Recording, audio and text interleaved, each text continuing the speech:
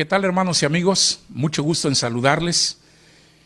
A pesar de que en este tiempo de contingencia los templos han sido cerrados, desde luego que la iglesia del Señor no se ha cerrado. La iglesia somos nosotros y prueba de ello es que usted tiene la oportunidad con su familia en forma simultánea estar unidos en un mismo sentir para adorar a nuestro Dios. Vamos a las Escrituras, vamos a la palabra de Dios. Y quiero que abramos nuestras Biblias en el Evangelio de Juan capítulo 6. El día de hoy vamos a tener el tema paz en la tormenta. En el Evangelio de Juan capítulo 6, la Biblia nos dice que al anochecer, Juan 6 versículo 16 al 21, al anochecer descendieron sus discípulos al mar y entrando en una barca iban cruzando el mar hacia Capernaum.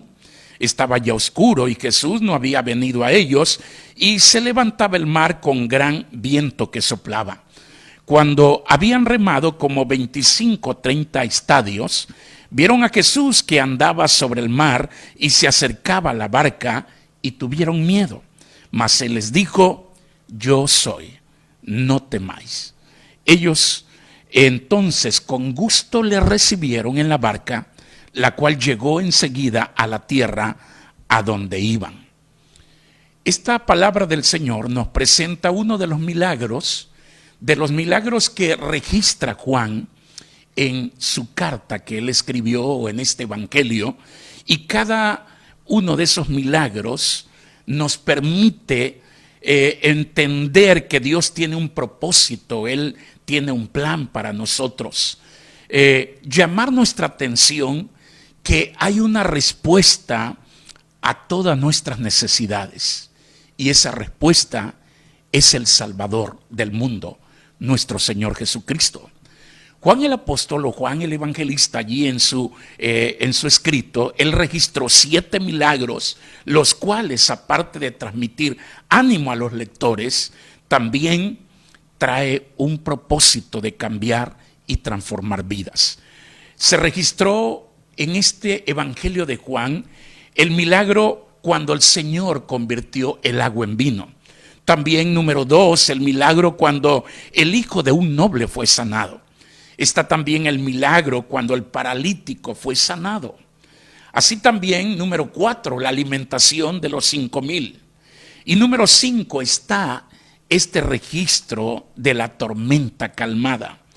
Número 6, cuando el Señor sanó al ciego, fueron abiertos sus ojos. Y número 7, cuando fue resucitado Lázaro.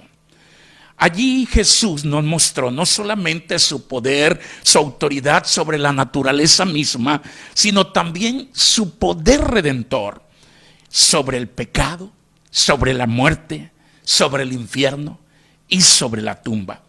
A todo este desfile de milagros, Juan le describe al final de su evangelio diciendo: hizo además Jesús, dice Juan 20, 30 y 31, hizo además Jesús muchas otras señales en presencia de sus discípulos, las cuales no están escritas en este libro, pero estas se han escrito para que creáis que Jesús es el Cristo, el Hijo de Dios, y para que creyendo tengáis vida en su nombre.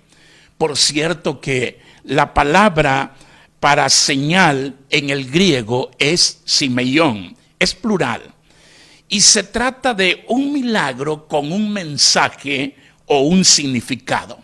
Así que cuando en la Escritura se presenta un milagro, un acontecimiento donde la mano poderosa de Dios tuvo intervención, no es un relato a simple vista cualquiera, sino que trae significado especial para nuestras vidas. Estos milagros apuntan claramente a una maravillosa verdad que usted y yo debemos tener siempre presente. Jesús es la respuesta de Dios a nuestras necesidades más íntimas, a cualquier situación que nosotros tengamos, desilusiones, dudas, impedimentos, temores, desánimo, oscuridad, muerte. Aprendamos a creer en milagros, pero por sobre todas las cosas, aprendamos a confiar en Jesús, el cual es grandioso y maravilloso porque es el Redentor del mundo. En este mensaje de hoy aprenderemos de este pasaje que Jesús es la respuesta a la peor angustia que el ser humano puede estar viviendo. ¿Sabe, estimado amigo y hermano? Nuestras vidas son como una embarcación que se encuentra transitando precisamente por el agitado mar de la vida y ante las turbulentas aguas, vientos contrarios, así como las tormentas, necesitamos algo que nos dé constancia, perseverancia, que nos dé anclas para no hundirnos. Los discípulos del Señor en este relato experimentaron en su propia vida varias de esas anclas. La primera, su providencia. Esa es la que nos debe de guiar. En el Evangelio de Juan 6, el versículo 15, dice la Biblia: pero entendiendo Jesús que iban a venir para apoderarse de él y hacerle rey, volvió a retirarse al monte él solo. Y al anochecer descendieron sus discípulos al mar y entrando en una barca iban cruzando el mar hacia Capernaum. Estaba ya oscuro y Jesús no había venido a ellos, y dice: y se levantaba el mar con gran viento que soplaba. En Mateo 14, 22, la Biblia dice: enseguida Jesús hizo a sus discípulos entrar en la barca e ir delante de él a la otra ribera, entre tanto que él despedía a la multitud. Él tiene, estimados hermanos y amigos, todo bajo su control. Nada escapa de su poder. Aún lo peor de la tormenta, situaciones de angustia, de pandemias y todo lo que el mundo pueda vivir, y la desesperación en muchos aspectos, nada escapa a la providencia del Señor. Él tiene todo bajo su control. En el libro de los Salmos, en el Salmo 107, versículo 27 al 31, dice la Biblia de esta manera: tiemblan y titubean como ebrios, y toda su ciencia, dice, es inútil. Entonces claman a Jehová en su angustia y los libra de sus aflicciones. Cambia la tempestad en sosiego y se apaciguan sus ondas. Luego se alegran porque se apaciguaron, y así los guía al puerto que deseaban. Alaben la misericordia de Jehová y sus maravillas para con los hijos de los hombres. Así que Él tiene todo bajo su control. Nada escapa de su poder, aún lo peor de la tormenta. Por eso la primera ancla que necesitamos para la paz en medio de la tormenta es su providencia que nos debe dirigir. Pero la segunda cosa que es importante tener en cuenta es su plan. Alguien dijo por allí con acertada razón: Dios no tiene problemas, pero sí tiene planes. Así que su plan es el que nos debe de llevar en crecimiento. Él tiene un propósito. Nada escapa de lo que Él tiene bajo su soberanía. En el Evangelio de Juan capítulo 6, el versículo 18, dice la Biblia allí al 19, que se levantaba el mar con gran viento que soplaba, y que cuando habían remado como 25, 30 estadios, es decir, 5 o 6 kilómetros, vieron a Jesús que andaba sobre el mar y se acercaba a la barca, y tuvieron miedo. Así que su plan, mantenerse en el plan del Señor, el de Él. Él tiene un propósito, Él tiene un plan. Muchas veces algunos equivocadamente decimos: ¿cuál es la voluntad de Dios para mi vida? En lugar de que debemos de decir ¿cuál es la voluntad de Dios? Cuando sabemos, cuando entendemos cuál es la voluntad de Dios, entonces mi vida se tiene que sumar o ajustar a ella. al saber que Dios está haciendo algo, entonces puedo saber lo que necesito hacer. El enfoque tiene que estar siempre en Dios, no en mi vida. Usted tiene que mantenerse en el plan de Dios, en el plan del Señor para crecer. En el libro de los Salmos también, en el capítulo 40, el versículo 8, dice la Biblia: el hacer tu voluntad, Dios mío, me ha agradado, y tu ley está en medio de mi corazón. Así que necesitamos esa ancla de firmeza en nuestra vida en medio de esta contingencia que vivimos, de entender también su plan.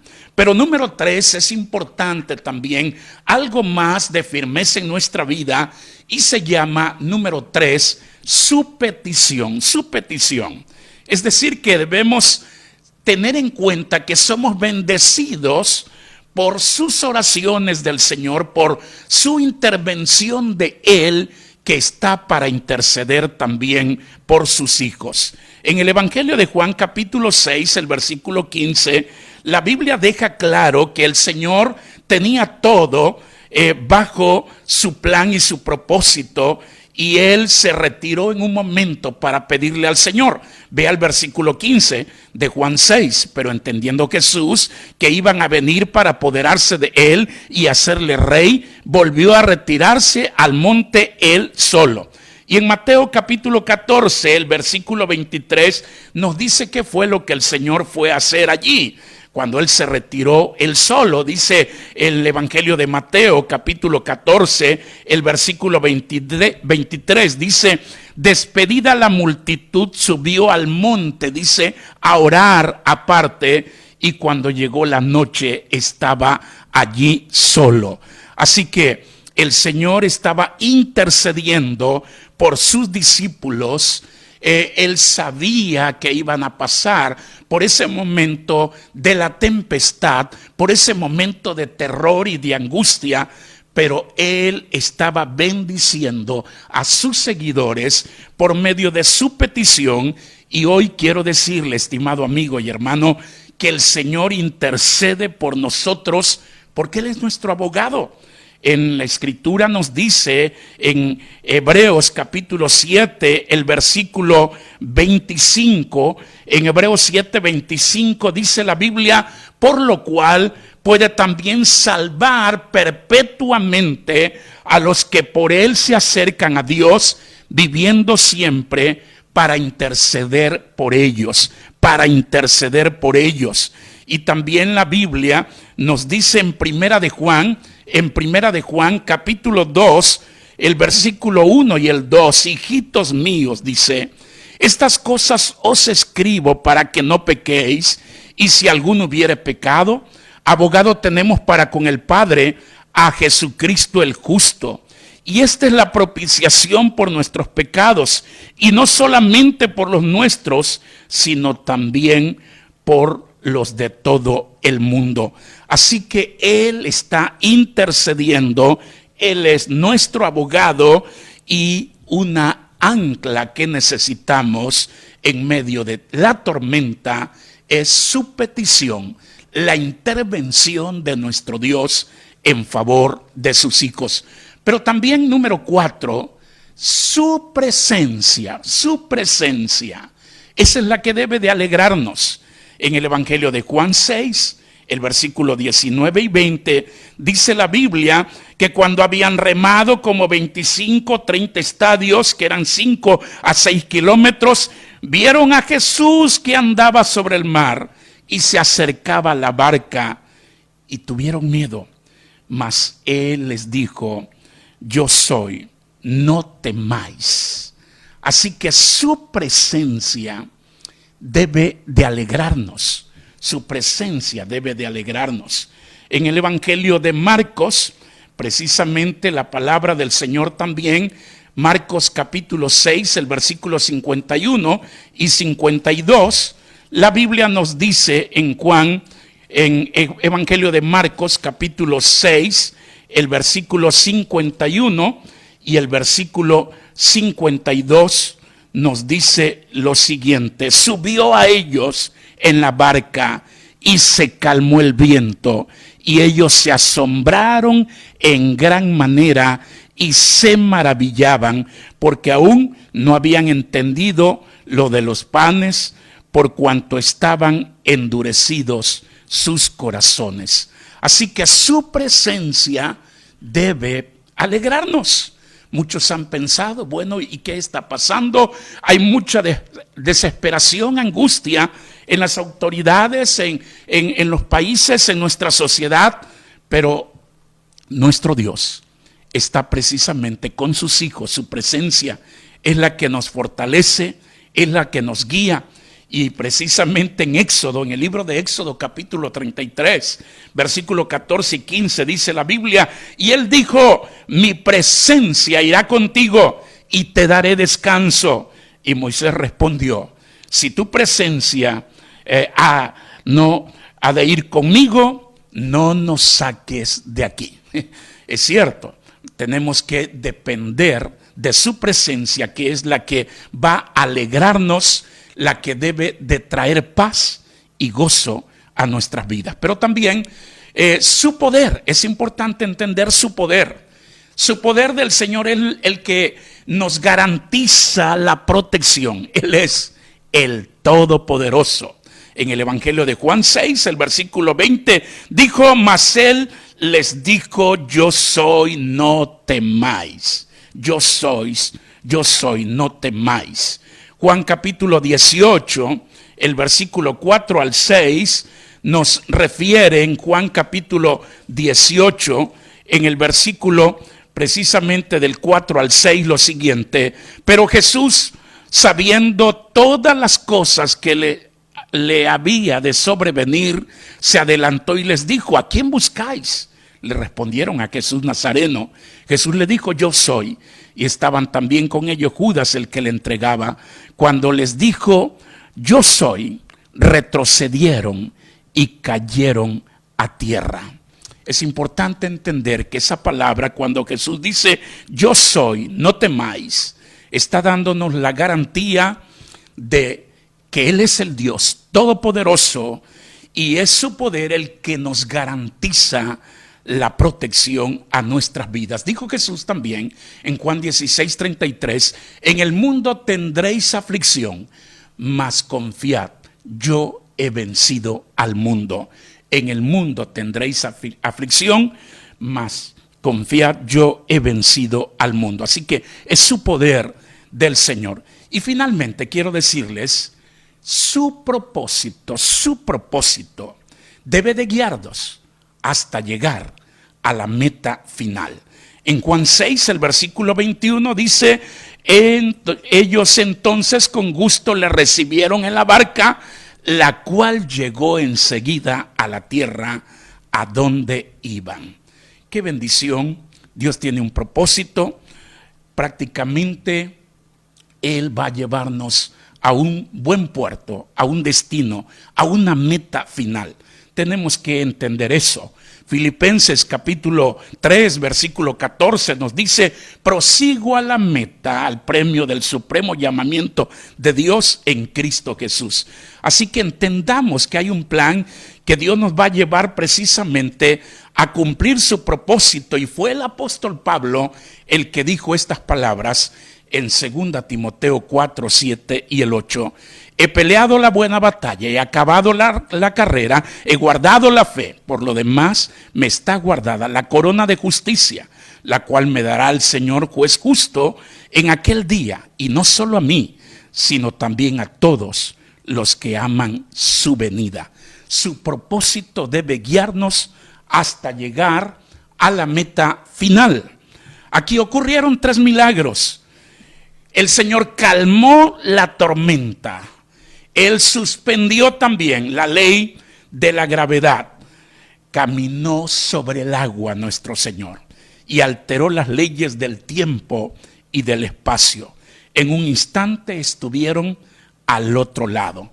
Esto nos lleva a pensar lo que es la conclusión que tengo para este mensaje, al saber que paz en la tormenta solo la pueden tener los hijos de Dios cuando permitimos su providencia que nos debe dirigir, que su plan nos debe llevar en crecimiento. Su petición es que somos bendecidos por sus oraciones y que su presencia que está con nosotros debe de alegrarnos, así como su poder que nos garantiza su protección, pero terminando que su propósito nos guiará hasta la meta final con lo que nos dice Isaías 40, versículo 28 al 31, y con esto quiero concluir este mensaje de paz en la tormenta. Dice la Biblia en Isaías: ¿no has sabido, no has oído que el Dios eterno es Jehová, el cual creó los confines de la tierra?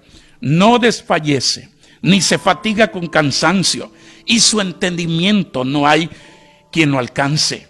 Él da esfuerzo al cansado y multiplica las fuerzas al que no tiene ningunas. Los muchachos se fatigan y se cansan, pero los que esperan a Jehová tendrán nuevas fuerzas, levantarán alas como las águilas, correrán y no se cansarán, caminarán y no se fatigarán. Paz en la tormenta es algo que solo puede darnos Jesucristo. Ponga su vida en las manos de Él y dejemos que su soberana voluntad y providencia nos guíe para la gloria de Él. En el nombre de Jesús. Amén.